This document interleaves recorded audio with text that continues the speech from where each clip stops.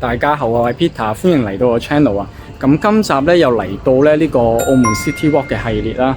咁我哋今日就嚟到咧新樓好熟悉嘅呢個地方媽閣廟。咁今日嘅呢一條路線咧都會係經過好多世遺景點嘅，譬如眼前見到嘅呢個媽閣廟啦，同埋呢一個媽閣廟前地咧都係世遺景點之一嚟嘅。咁嚟緊就係呢一個農曆新年啦，其實呢一度咧就到時候會變得好熱鬧，因為呢度會有好多嗰啲神香風車檔，咁同埋基本上澳門人新年嘅時候咧都會嚟呢一度咧拜一拜嘅。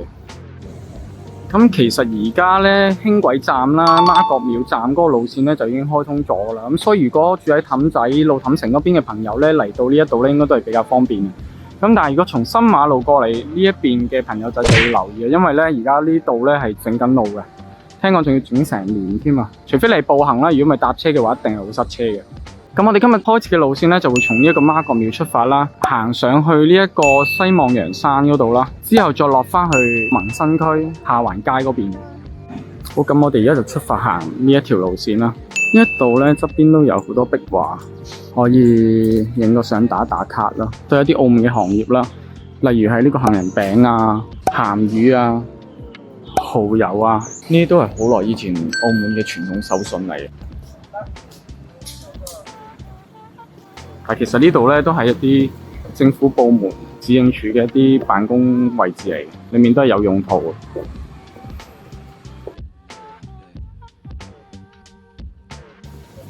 而家呢度咧有啲藝術裝置啦，咁呢度其實係叫海事工房，亦都係政府部門嘅一啲設施嚟嘅。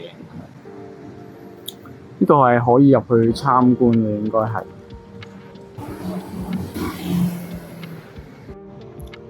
有一個好細嘅海港仔咯。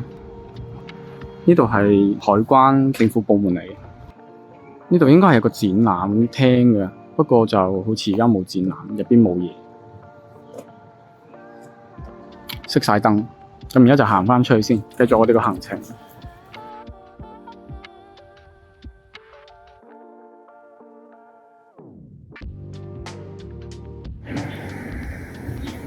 咁行到嚟呢一度咧，就會見到有個彎路上斜嘅。呢一度咧都有個路牌寫住係主教山小堂，呢度就係可以去到嗰個西望洋山嗰個教堂噶啦。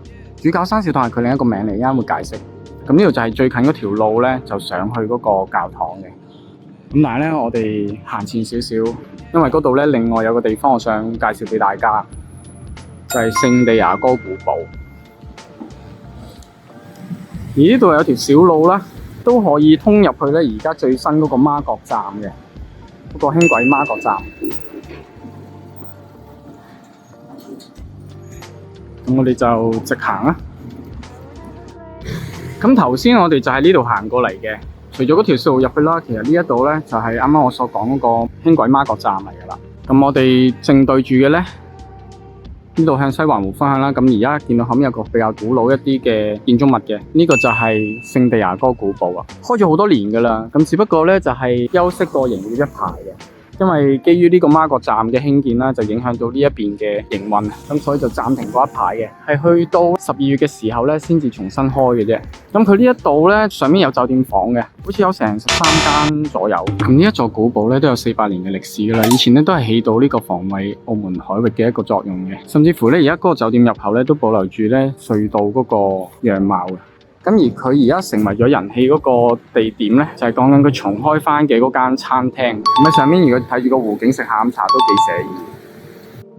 咁行前少少咧，就會到咗呢一個聖地牙哥古堡嘅入口啦。咁就帶大家入去睇一睇。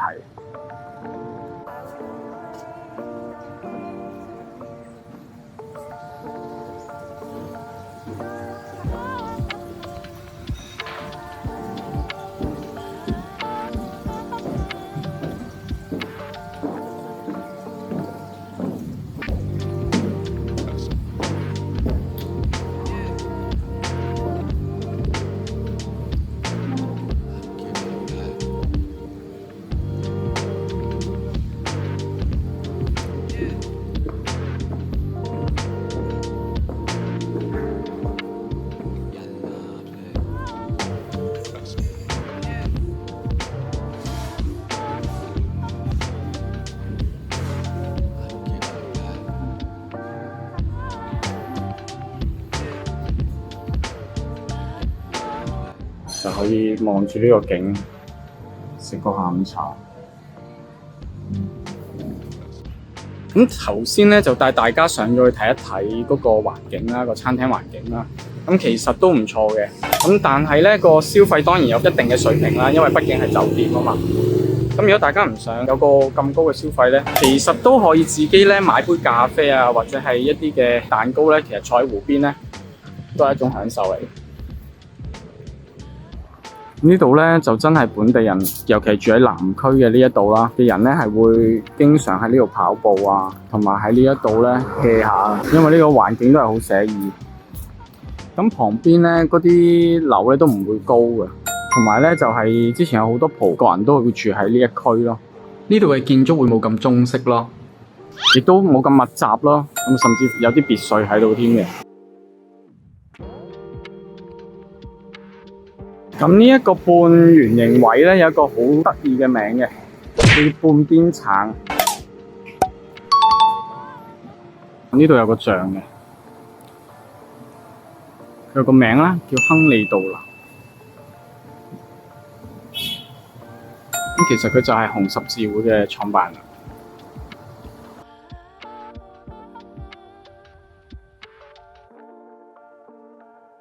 咁呢一度咧就係澳門紅十字會嘅舊址嚟嘅，而家咧就變成咗咧喺上一集咧所介紹嗰個仁慈堂轄下嘅托兒所，都係歐陸式嘅建築。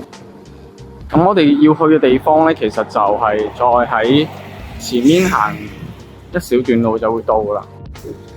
咁行到中段呢度啦，咁就會見到有一個綠色格仔磚外牆嘅呢一棟建築啦。咁其實隔離咧係一個網球場嚟嘅。其實佢呢一個咧係一間餐廳，網球會餐廳啦。咁呢間餐廳係對外開放，係食葡菜嘅，大家可以試下啦。同埋就最好訂一訂位啦。前面咧仲有另一間咧比較平民少少嘅，咁又係食葡國菜，都係唔錯。一陣間帶大家去望一望。咁啊頭先講過啦，呢度係好多葡國人住啊，咁所以呢度咧一條路咧就已經有2間葡國餐咯。咁一陣間去埋另一邊嗰間餐廳睇一睇。咁同埋呢一度咧，亦都望到觀光塔嘅全景啊！咁同埋我哋嘅第3條橋啦，西環大橋。咁同時咧，呢度亦都係望到去緊嘅目的地啦，就係西望洋教堂。咁就要上山啦。就係呢一間啦。不過撞正今日冇開，今日休息。呢度咧都係食葡國餐嘅，比較平民少少嘅葡國餐。咁喺頭先啱啱嗰間咖喱屋嘅左手邊咧，呢度有條斜路上去，我哋就喺呢度上去啦。喺上面望落嚟嗰個風景都幾靚，好多人都會喺呢度打個卡嘅。我哋上去睇一睇。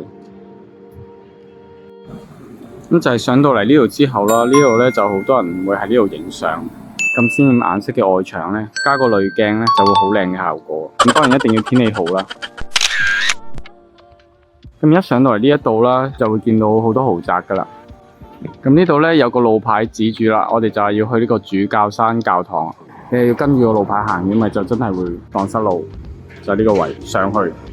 咁頭先講嘅打卡位咧就呢一度啦。咁左手邊咧仲有一間咧開咗好耐嘅酒店嘅豪景酒店啊。佢價錢咧係非常之平，大概一間5星級酒店嚟嘅。同埋佢入邊咧有一間咧係食葡國菜嘅，性價比非常之高，大家可以上網睇一睇。咁我哋而家就沿住嗰個路牌指示嘅方向啦，就向山上面行。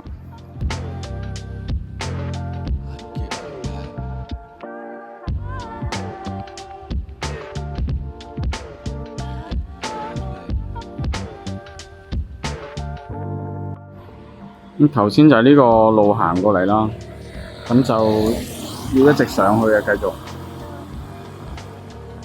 咁其實如果大家唔影相咧，啱啱喺嗰個媽閣站咧，呢度斜路行上嚟都得嘅，咁就會近好多。咁喺正話嗰度咧，行到嚟呢一個教堂啦，慢慢行咧，大概都係需要10分鐘嘅時間啦。其實而家澳門都係好方便，周圍都可以揾到廁所，同埋咧近年都有美化過呢啲公廁，都整得幾衛生。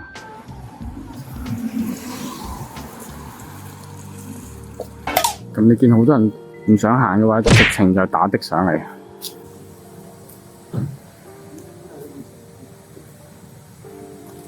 咁佢側面咧有個瞭望台，我哋睇咗個瞭望台先。因為呢度咧，如果有煙花睇咧，喺呢度咧都會擠滿晒人。咁呢度係可以直望到個觀光塔，咁到時候喺呢度睇煙花就會好爽。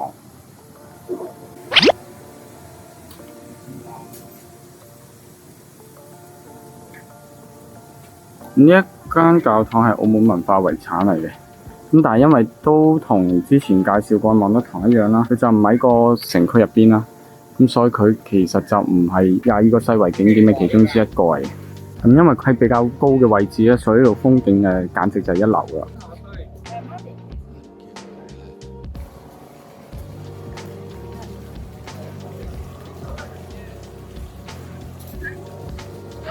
望呢個風景係真係好遼闊，即係值得上嚟望一望。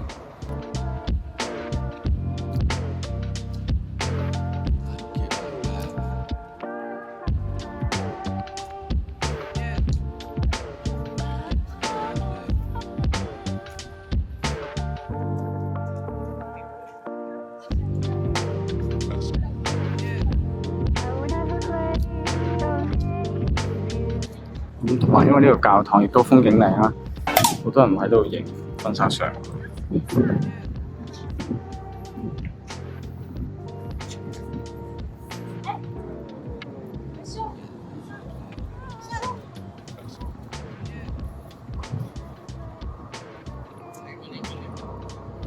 咁而家先咧帶大家入去呢一個教堂內部望一望先。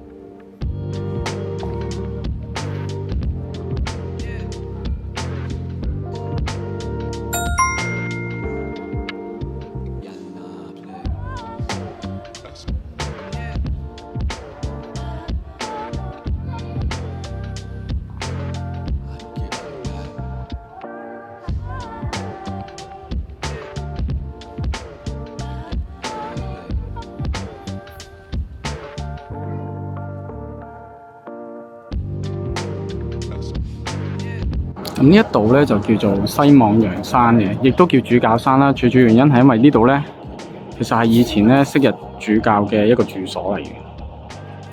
咁而呢一個教堂咧都係有個古仔嘅，因為其實大家可以見到呢個教堂隔離咧有個望海聖母嘅。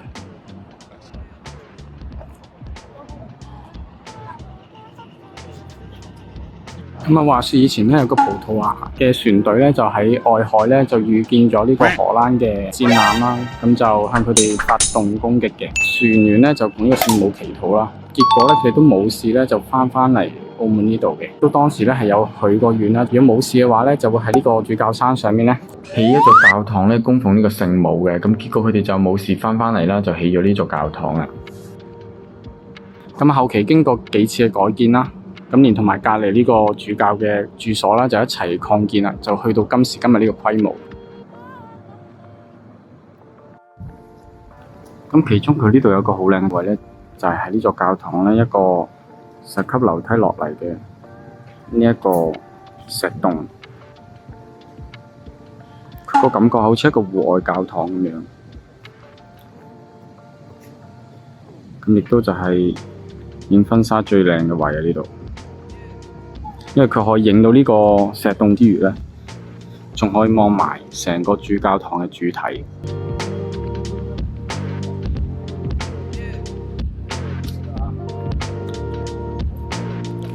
咁佢入邊呢個聖母咧就係路德聖母嚟嘅。佢其實呢一個咧就係仿照呢個法國路德聖母岩洞啦做出嚟嘅。都係為咗紀念咧聖母當時係喺呢一個路德鎮嗰邊顯靈。咁啱啱我哋就喺呢個主教聖堂呢度出嚟啦。咁其實大家咧就可以唔使走住，可以過嚟對面呢一度啦。因為啱啱嗰度咧就可以望到西環湖嗰邊嘅風景啦。咁但係呢一度咧就可以望到澳門咧內港一帶嗰個景色嘅。咁所以其實呢一度咧係真係幾乎可以睇晒澳門半島嘅全貌啦。亦都黃昏嚟嘅時候咧會好靚，因為日落就喺西邊呢個位，咁就會好靚。行翻原路落去，但係一小段路咧會有個位落去嘅，又係。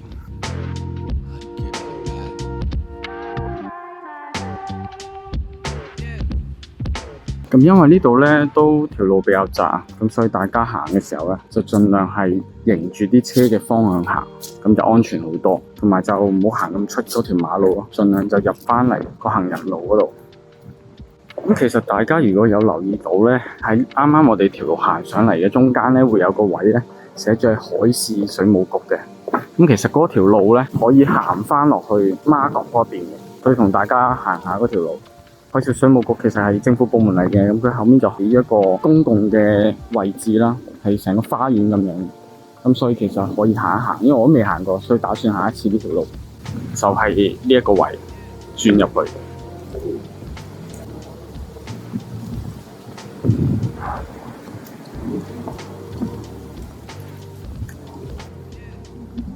咁佢其實就係一條步道咯。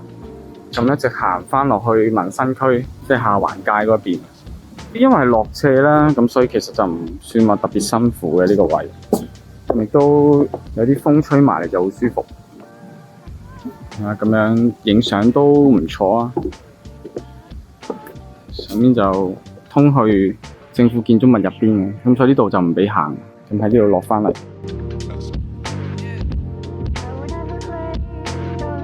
再行埋落去就到㗎啦。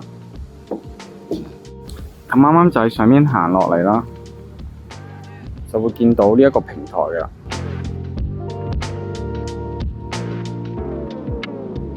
咁其實呢度落去咧就係媽閣廟嗰個位嚟嘅。咁再向前行咧，就會去到下環街嗰邊啦。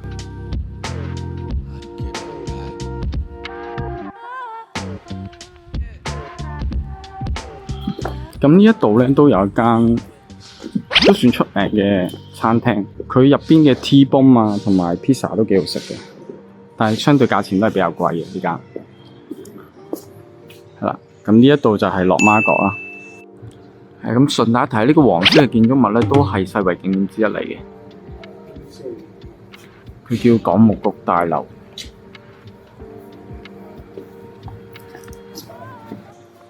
呢邊就會行入去民生區㗎啦，下環街。咁我哋就繼續一直行啦呢度。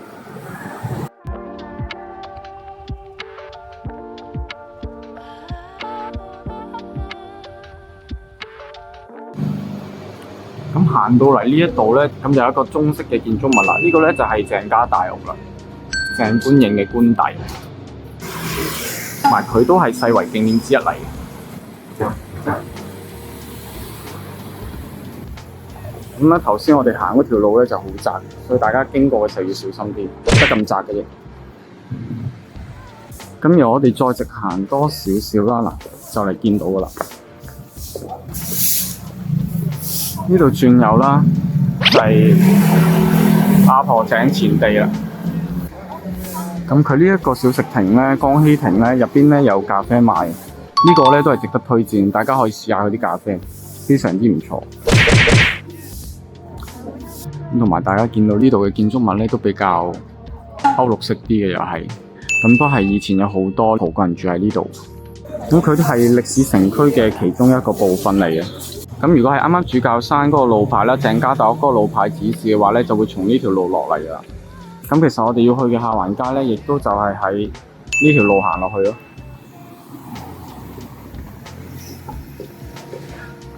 佢呢度咧都有個比較得意嘅名嘅，叫做高樓街。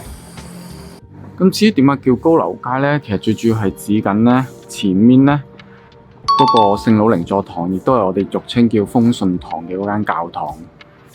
呢個聖老靈座堂咧，都係世遺景點之一嚟嘅，同上一集啦介紹嘅呢個望德聖母堂咧一樣，係澳門三大古教堂之一嚟嘅。聖老靈座堂咧又稱為豐順堂㗎。咁話說以前澳門咧係以漁業為主嘅，經常都要出海，為咗保佑出海平安咧，咁華人咧都會去呢個媽閣廟嗰度咧祈求海神媽祖娘娘嘅保佑嘅。至於居住喺澳門嘅葡萄牙人啦，都經常需要咧出海航行經商嘅，咁所以佢哋嘅屋企人咧就會嚟到呢一座教堂咧祈求佢哋嘅出行咧順風順水啊。因此咧，華人就稱呢座教堂咧為豐順堂啊。呢個聖老靈座堂咧，佢嘅外形咧同入邊嘅內部咧都係非常之華麗嘅，特別係佢呢個教堂嘅天花板啊，個樣貌咧就似船艙嘅底部，而顏色咧都係非常之柔和嘅淺藍色。呢間教堂主祭壇上面供奉嘅咧就係教會嘅聖人聖老靈座啊。教堂周圍嘅彩繪玻璃咧都可以見到關於佢嘅故事嘅。好，咁講完呢座教堂之後咧，我哋就翻返去原本我哋嘅路線嗰度繼續我哋嘅行程啦。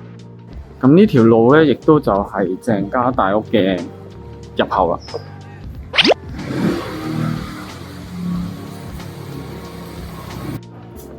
咁而家我哋就一直向前行。咁呢度咧都係一啲童年回憶嚟㗎啦，即係讀書細個有好多小賣店喺呢度。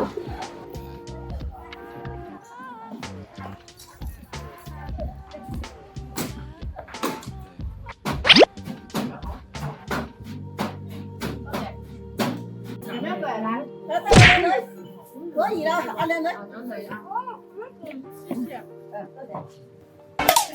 攞錢冇份係嘛？係咪啦？你可以每攞一錢啦，你哋而家每攞一錢㗎啦。要冇份，冇晒冇份嘅，一錢夠啦，一錢夠啦。好，拜拜。咁同埋喺頭先行落嚟都唔夠20米嘅距離，咁就有個我哋叫壽司阿姨啊。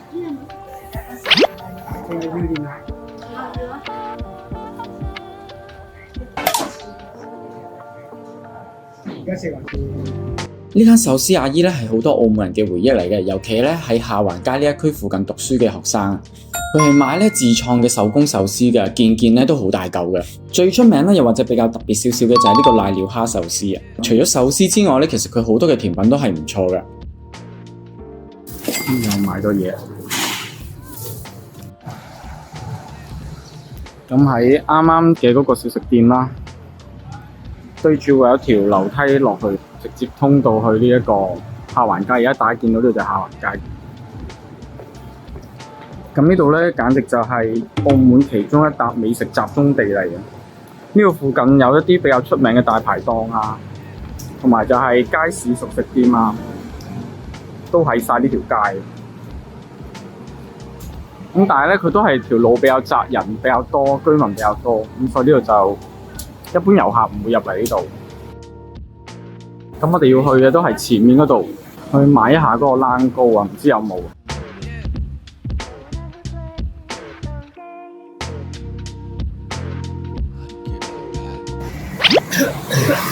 就喺街市對面啦。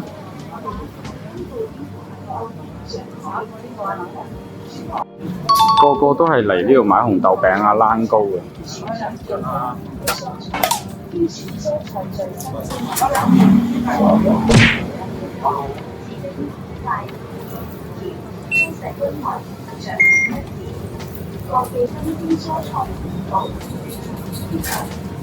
買到。咁而家就嚟到下環街市呢一度，我哋想去個熟食中心嗰度飲翻杯嘢先。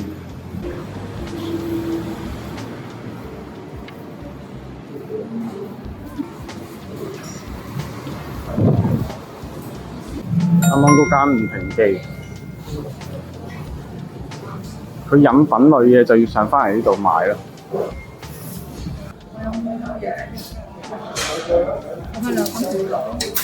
我飲招牌紅豆冰啊！呢間小姐燒烤都係唔錯。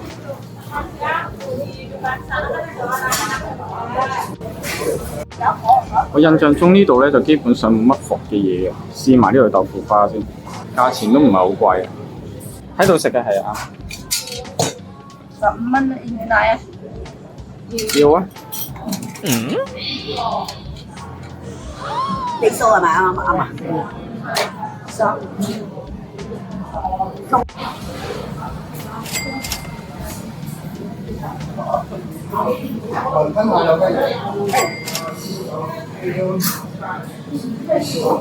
咁底嗰啲紅豆一定要撈起佢，如果唔係你只會飲到好重嘅奶味啊！佢呢杯又係好上癮嘅。一打開個袋咧，就聞到好香嘅花生味嘅。冷糕咧其實就係潮州嘅傳統糕點嚟嘅，上面咧加咗好多花生碎同埋砂糖，而佢個糕底咧係非常之香脆嘅，蛋糕個口感咧就非常之柔軟鬆化。而由於佢製作材料咧好容易受到溫度嘅影響啊，所以呢個冷糕咧只係秋冬限定嘅啫。至於紅豆餅入邊嘅紅豆咧就非常之足料啊，甜而不漏，一定要試啊！咁其實下環街呢度啦，附近都仲係有好多好食嘅店啊，例如呢度夜晚咧有檔糖水鋪啊呢個位。咁然之後就係呢度有間好出名嘅小炒咯，鳳城康記出名食呢個海鮮乳豬煲。咁喺影片嘅最後一間店咧，會介紹呢間南洋麵店嘅，係一間極具爭議性嘅麵店嚟嘅。咁佢喺下環街咧都開咗好多年㗎，到今時今日咧都仲係有好多本地人啊、街坊會嚟幫襯嘅。